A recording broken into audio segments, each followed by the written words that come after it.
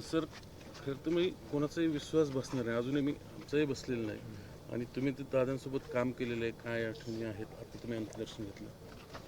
नाही, एकतर बारामतीमध्ये या प्रसंगासाठी यावं लागेल हे स्वप्नात देखील आम्ही कोणी पाहिलेलं नव्हतं आणि माझा राजकीय प्रवास तर माननीय दादांच्या समोरच सुरू झालेला होता आणि माझं आणि त्यांचं नातं एक विलक्षण वेगळं नातं होतं आणि म्हणून माझ्या कुटुंबाला देखील धक्का बसलेला आहे. आमची महाराष्ट्राची तर फार मोठी हानी झालेलीच आहे आणि असा नेता होणे नाही एवढंच या प्रसंगी मी सांगतो. कारण माझ्या राजकीय जीवनामधले असे अनेक प्रसंग आहेत दादांबरोबरचे, अगदी कालपर्यंतचे. हे काल 7:15 वाजता माझं दादांचं शेवटचं एका MIDCच्या बाबतीमध्ये बोलणं झालं आणि काल पण बघा, कधी नव्हे ते काल, मी दादांबरोबर जवळ 3 ते 4 वेळा फोनवर बोललो. त्याच्यामुळे माझं आणि त्यांचं राजकारणाच्या पलीकडचं नातं होतं आणि हे महाराष्ट्रावर शोककाळा जी आलेली आहे ही सगळी मला असं वाटतं की दुर्दैवी आहे आणि कोणाच्या स्वप्नात देखील नव्हतं की दादांच्या बाबतीमध्ये असं घडेल. मी ईश्वरचरणी एवढीच प्रार्थना करतो की पवार कुटुंबियाला या घटनेतनं सामर्थ्य देण्याची शक्ती मिळो.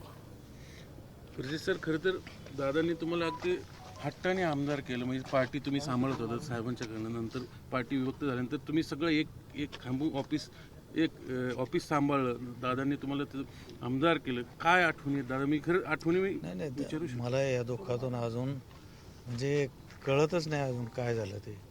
काल 8:15 दादांच्या घरी आम्ही देवगिरीला होतो. आम्ही तिघंच होतो, मी, संजय आणि दादा. काय प्लॅनिंग आहे काय हे दादांनी सांगितलं. नंतर त्यांना भेटायला बावनकुळे साहेब येणार होते, तर दादा उठले आणि आतमध्ये गेले. म्हणाले मला 7:30ला जायचं आहे, उद्या अशा सभा. त्यांचं टाईम टेबलसुद्धा सभांचं आम्ही ऐकलं आणि दादा म्हणाले ठीक आहे, जे काही प्लॅनिंग व्हायचं ते केलं होतं आम्ही. मला आमदार केलं म्हणजे दादामुळेच मी आमदार झालो. माझ्यासाठी ते 2 दिवस हॉटेलवर कधी न थांबणारे राहिलेले आहेत. रात्री बेरात्री मतं कशी एकसुद्धा फुटणार नाही, उलट त्यांच्यामुळे मला एक मत आणखी मिळालं आणि मला जी कामाची संधी मिळाली तर त्यांच्या नेतृत्वाखाली म्हणजे आयुष्यभर त्यांचा ऋणी आहे मी. म्हणजे एवढा सच्चा माणूस, मनात जे असेल स्पष्ट बोलणारा. आता तुम्हाला माहितीच आहे, दिला म्हणजे विश्वास ठेवला की ठेवलाच. मी सरचिटणीस होतो, खजिनदार मला केलं आणि सर्व काही म्हणजे विश्वासावरती एवढं करत होतो आम्ही. पण आम्ही सुद्धा जीवाशेपर्यंत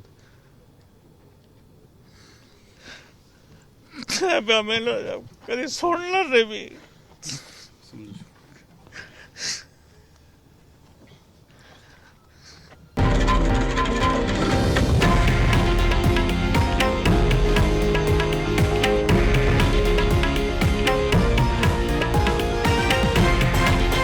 हे आहे देशातील नंबर 1 न्यूज नेटवर्क आणि आपण पाहत आहात TV9 मराठी, एकमेव.